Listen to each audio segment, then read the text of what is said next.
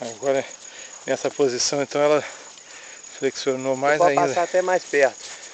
É guaça, hein? Essa é batuíra purinha, segunda geração. Ela flexionou até mais a perna agora, a mão, né? É, essa é a Aruai, uma filha do Corsário, né? Que é o cavalo que a gente usou muito. Mas o Aruai não flexionava tanto assim, flexionava? Tô achando que ela flexiona mais do que ele, não? Nada.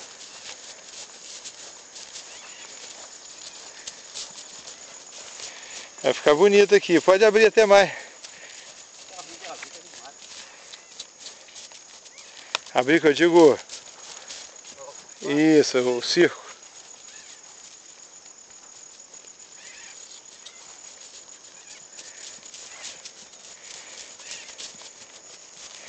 Já dá pra ver já.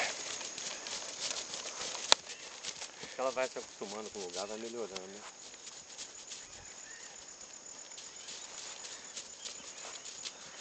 Passada mesmo, avante. Acho boa coordenação, né? Bom equilíbrio. É. Não vibra nada, né?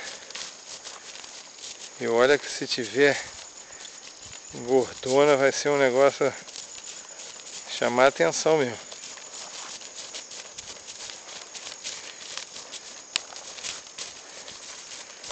Beleza. Chamei pra dar. Vem dar uma olhadinha agora. Dá uma recuada nela, dá uma recuada pra ver.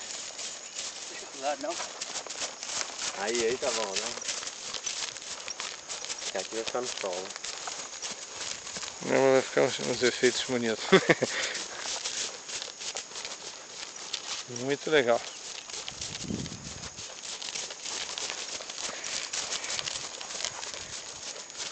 Bom?